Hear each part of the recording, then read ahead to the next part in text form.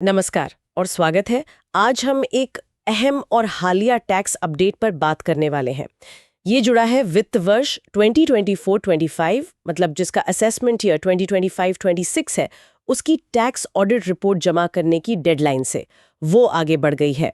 हमारे पास इससे जुड़े कई आर्टिकल्स हैं, सरकारी नोटिफिकेशंस भी हैं और टैक्स एक्सपर्ट्स के एनालिसिस भी। इनमें काफी डिटेल में बताया गया है कि भाई ये बदलाव क्या है, क्यों हुआ और इसका मतलब क्या है करदाताओं के लिए। तो आज हमारा मकसद है इस सारी जानकारी को ना एकदम आसान भाषा में समझना कि असल में डेट कब तक बढ़ी है, किन पर लागू होती है, क्यों बढ़ी और अगर कोई चूक गया तो। इसमें एक पेज भी है, उस पर भी ध्यान देंगे। तो चलिए शुरू करते हैं। बिल्कुल। और सबसे पहले ये समझना जरूरी है कि टैक्स ऑडिट चीज क्या है और ये डेट्स इतनी अहम क्यों हैं। देखिए, इनकम टैक्स कानून के तहत ना कुछ खास टैक्स पेयर्स होते हैं, जैसे कंपनियां हो गईं या ऐसे प्रोफेशनल्स या व्यापारी जिनका सालाना कारोबार एक खास लिमिट से ऊपर है। उन्हें अपने अकाउंट्स की जांच एक चार्टर्ड अकाउंटेंट से करवानी पड़ती है। इसी जांच रिपोर्ट को टैक्स ऑडिट रिपोर्ट कहते हैं, जिसे इनकम टैक्स डिपार्टमेंट को एक तय तारीख तक देना होता है। ये जरूरी है ताकि सिस्टम में पारदर्शिता बनी रहे। ठीक है, तो ये प्रोसेस तो काफी महत्वपूर्ण है। अब आते हैं सीधे इस साल पर। वित्त वर्ष 2024-25 के लिए ये ऑडिट रिपोर्ट जमा करने की ओरिजिनल मतलब पहले वाली डेट क्या थी? हाँ, तो जिन टैक्स पेयर्स के लिए ऑडिट जरूरी है, उनके लिए ओरिजिनल डेट थी 30 सितंबर 2025। ये कानून में ही लिखी हुई तारीख है। 30 सितंबर 2025 और अब इसे बदला गया है। तो ये नई डेट क्या है और ये फैसला किसने लिया? ये फैसला लिया है सीबीडीटी ने, यानी central board of direct taxes. ये भारत में डायरेक्ट टैक्स के लिए सबसे बड़ी अथॉरिटी है। उन्होंने 25 सितंबर 2025 को एक सर्कुलर जारी किया और उस सर्कुलर के मुताबिक ऑडिट रिपोर्ट जमा करने की स्पेसिफाइड डेट को 30 सितंबर से बढ़ाकर 31 अक्टूबर 2025 कर दिया गया है। यानी पूरा एक महीना, 30 सितंबर से 31 अक्टूबर। पर सवाल ये है कि इसकी जरूरत क्यों पड़ी? मतलब कुछ खास वजह थी इसके पीछे? हाँ, बिल्कुल, ये अचानक नहीं हुआ। जैसा हमारे सोर्सेज बताते हैं, इसके पीछे कई वजह थी। सबसे पहली और बड़ी वजह थी कि कई टैक्स प्रोफेशनल्स और जो टैक्स पेयर एसोसिएशंस हैं, जैसे आईसीआई वगैरह, उन्होंने सरकार को लिखा था। उन्होंने रिप्रेजेंटेशंस दिए थे कि भाई समय बहुत कम पड़ रहा है। अच्छा, समय कम क्यों पड़ रहा था? काम ज्यादा था या कोई और दिक्कतें थी? देखिए, दोनों ही बातें थीं। एक तो कंप्लायंस का बोझ तो रहता ही है। दूसरा, जो इनकम टैक्स का नया ऑनलाइन पोर्टल है, उस पर आ रही तकनीकी दिक्कतों का भी जिक्र किया गया। कई बार फॉर्म्स या जो यूटिलिटीज़ होती हैं, वो भी थोड़ी देर से आती हैं, तो तैयारी का पूरा टाइम नहीं मिल पाता। ये प्रॉब्लम पिछले कुछ सालों से चल रही है असल में। हाँ, ये इनकम टैक्स पोर्टल की दिक्कतें तो सुनने में आती रहती हैं। तो क्या सिर्फ इन रिप्रेजेंटेशन से ही बात बन गई? नहीं, सिर्फ उससे नहीं, इसमें अदालतों का भी रोल रहा। राजस्थान और कर्नाटक हाईकोर्ट में पिटिशंस फाइल हुई थीं और उन दोनों कोर्ट्स ने सीबीडीटी को कहा था कि या तो डेट बढ़ाने पर विचार करें या अंतरिम रूप से बढ़ा दें। अच्छा, कोर्ट्स ने भी कहा? जी हाँ, कोर्ट्स ने भी माना कि भाई टैक्स पेयर्स और प्रोफेशनल्स को अपना काम ठीक से करने के लिए वाजिब समय मिलना चाहिए। तो सीबीडीटी ने इन सब चीज़ों को, रिप्रेजेंटेशंस, तकनीकी दिक्कतें, कोर्ट के निर्देश, सबको ध्यान में रखकर ये राहत दी है। ये तो वाकई दिलचस्प है कि इसमें कोर्ट्स भी शामिल थे। लगता है मामला काफी सीरियस था। अच्छा, अब अगला सवाल ये है कि ये जो एक महीने की राहत मिली है, क्या ये सभी इनकम टैक्स भरने वालों के लिए है या कुछ खास लोगों के लिए ही है? नहीं, ये सबके लिए नहीं है। ये एक्सटेंशन खासतौर पर उन असीसीज पर लागू होता है जिनका जिक्र इनकम टैक्स एक्ट के सेक्शन 139(1) के एक्सप्लेनेशन 2 के क्लॉज ए में है। ओह, ये तो काफी टेक्निकल भाषा हो गई। अगर हम इसे थोड़ा आसान करें तो मतलब कौन लोग आते हैं इसमें? हाँ, बिल्कुल। आसान शब्दों में कहें तो ये एक्सटेंशन मुख्य रूप से उन टैक्स पेयर्स के लिए है जिन्हें अपने अकाउंट्स का ऑडिट इनकम टैक्स एक्ट के सेक्शन 44AB के तहत करवाना कंपलसरी है। अब ये सेक्शन 44AB उन बिजनेस या प्रोफेशनल्स पर लागू होता है जिनका सालाना टर्नओवर या ग्रॉस रिसीट्स एक तय लिमिट से ज्यादा होती हैं। अच्छा, तो सरकार ये ऑडिट इसीलिए करवाती है ताकि बड़े अकाउंट्स की सही जांच हो सके। तो जिन्हें ऑडिट रिपोर्ट मतलब फॉर्म 3CA, 3CD या 3CB जैसे फॉर्म भरने होते हैं, उन्हीं को ये एक्स्ट्रा टाइम मिला है। समझ गई। तो जिनका ऑडिट होना है, जैसे कंपनियां और बड़े प्रोफेशनल्स या कारोबारी, उनके लिए ये राहत है। लेकिन यहाँ एक बहुत बहुत ज़रूरी बात है जिसे नज़रअंदाज नहीं कर सकते और हमारे सोर्सेज भी इस पर काफ़ी जोर दे रहे हैं। ऑडिट रिपोर्ट की तारीख तो चलो 31 अक्टूबर हो गई, पर क्या इन ऑडिट वाले केस में इनकम टैक्स रिटर्न यानी ITR फाइल करने की लास्ट डेट भी आगे बढ़ी है? नहीं, और यहीं पर सबसे बड़ा पेच है। ये जानना और समझना बहुत जरूरी है। सीबीडीटी की घोषणा ने सिर्फ ऑडिट रिपोर्ट जमा करने की स्पेसिफाइड डेट को बढ़ाया है। जिन टैक्स पेयर्स का ऑडिट होता है उनके लिए इनकम टैक्स रिटर्न यानी आईटीआर फाइल करने की जो लास्ट डेट है वो 31 अक्टूबर 2025 ही है। उसमें कोई बदलाव नहीं किया गया है। अरे ये क्या मतलब, ऑडिट रिपोर्ट भी 31 अक्टूबर तक और इनकम टैक्स रिटर्न भी 31 अक्टूबर तक, दोनों एक ही दिन? जी हाँ, बिल्कुल सही समझिए आप। पहले क्या होता था कि ऑडिट रिपोर्ट की डेट 30 सितंबर होती थी और आईटीआर की 31 अक्टूबर। तो प्रोफेशनल्स और टैक्स पेयर्स को ऑडिट रिपोर्ट फाइनल होने के बाद करीब 1 महीना मिल जाता था रिटर्न फाइनल करके भरने के लिए। अब वो 1 महीने का गैप, वो बफर पीरियड खत्म हो गया है। दोनों इंपॉर्टेंट काम अब एक ही डेडलाइन पर आ गए हैं। ये तो मतलब स्थिति काफी मुश्किल हो गई होगी फिर तो। वो जो 1 महीने का गैप था वो शायद हिसाब किताब फाइनल करने, टैक्स कैलकुलेट करने और फिर रिटर्न भरने के लिए ज़रूरी होता होगा। अब सब कुछ एक साथ, इससे तो प्रेशर बहुत बढ़ जाएगा प्रोफेशनल्स पर और उनके क्लाइंट्स पर। और जब टाइम का प्रेशर होता है तो गलतियों की गुंजाइश भी बढ़ जाती है, कैलकुलेशन में या फॉर्म भरने में। कैश फ्लो प्लानिंग पर भी असर पड़ सकता है, क्योंकि टैक्स कब देना है, कितना देना है, वो भी तभी पता चलेगा। और प्रोफेशनल्स के लिए तो ये और भी मुश्किल है, उन्हें कई क्लाइंट्स का काम इसी टाइम में निपटाना है। सही कहा, ये दबाव तो महसूस होगा ही। अच्छा, अब मान लेते हैं कोई इस बढ़ी हुई डेट यानी 31 अक्टूबर 2025 तक भी अपनी टैक्स ऑडिट रिपोर्ट जमा नहीं कर पाया, तो क्या होगा? कोई पेनल्टी या सजा है इसके लिए? हाँ, अगर कोई इस बढ़ी हुई डेट तक भी ऑडिट रिपोर्ट जमा नहीं कर पाता है तो इनकम टैक्स एक्ट के सेक्शन 271B के तहत पेनल्टी लग सकती है। ये सेक्शन खास तौर पर ऑडिट रिपोर्ट टाइम पर जमा न करने के लिए ही है। और ये पेनल्टी कितनी होती है? ये पेनल्टी उस साल के टोटल टर्नओवर या ग्रॉस रिसीट्स का आधा % यानी 0.5% होती है। लेकिन इसकी एक अपर लिमिट भी है। अच्छा, मैक्सिमम लिमिट भी है। वो क्या है? हाँ, मैक्सिमम पेनल्टी की रकम है 1.5 लाख रुपए। अच्छा, 1.5 लाख रुपए। तो पेनल्टी या तो टर्नओवर का आधा % होगी या 1.5 लाख रुपए। इन दोनों में से जो भी कम होगा उतनी पेनल्टी लगेगी। 1.5 लाख रुपए तक। ये तो काफी बड़ी रकम है, खासकर छोटे या मीडियम बिजनेस के लिए। ये तो सीरियस मामला है। क्या इससे बचने का कोई तरीका है?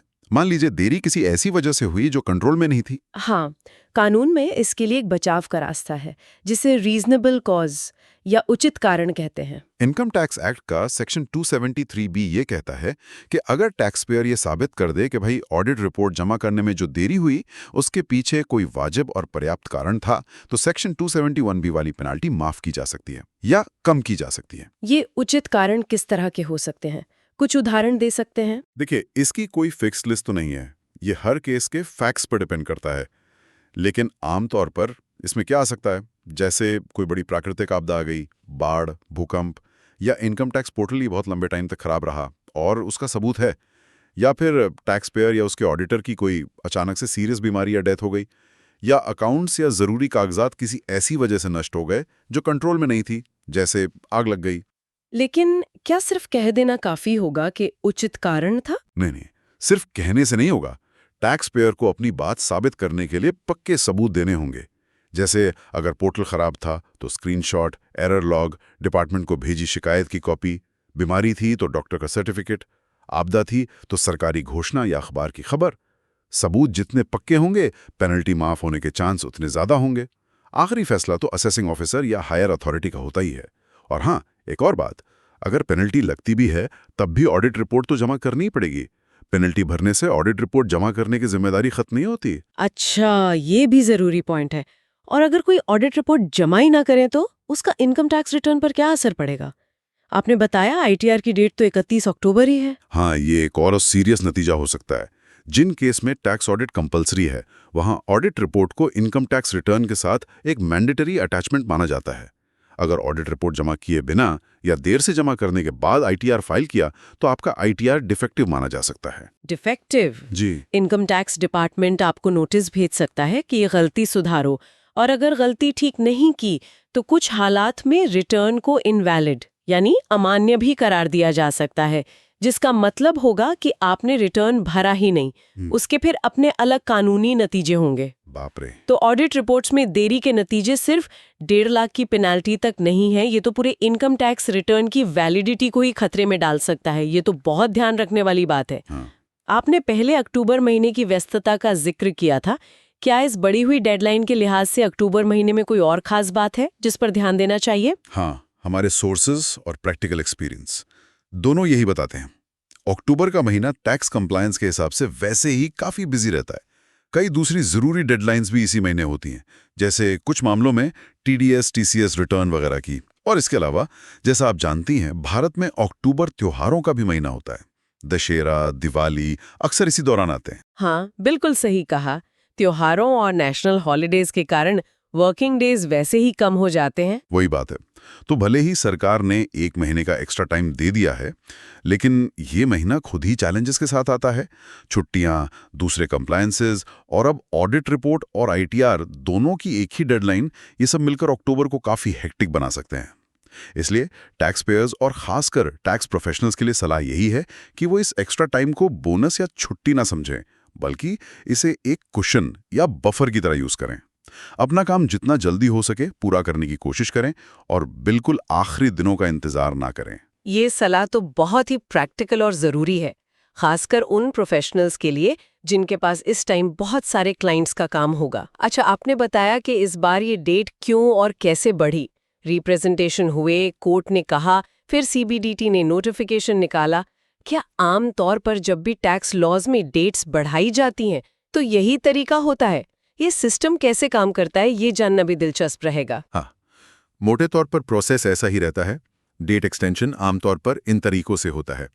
पहला, टैक्स अथॉरिटी खुद एक ऑफिशियल नोटिफिकेशन या सर्कुलर निकाल दे, जैसा इस बार CBDT ने किया। ये सबसे कॉमन तरीका है। दूसरा, कोर्ट के ऑर्डर से, जैसा हमने इस केस में भी देखा, जब टैक्स पेयर्स या उनके संगठन कोर्ट जाते हैं और कोर्ट सरकार को राहत देने को कहती है। और तीसरा, कभी-कभी संसद या विधानसभा खुद कानून में बदलाव करके परमानेंटली या टेम्पररी डेट बदल देती है। हालांकि ये तरीका फौरी राहत के लिए कम यूज होता है।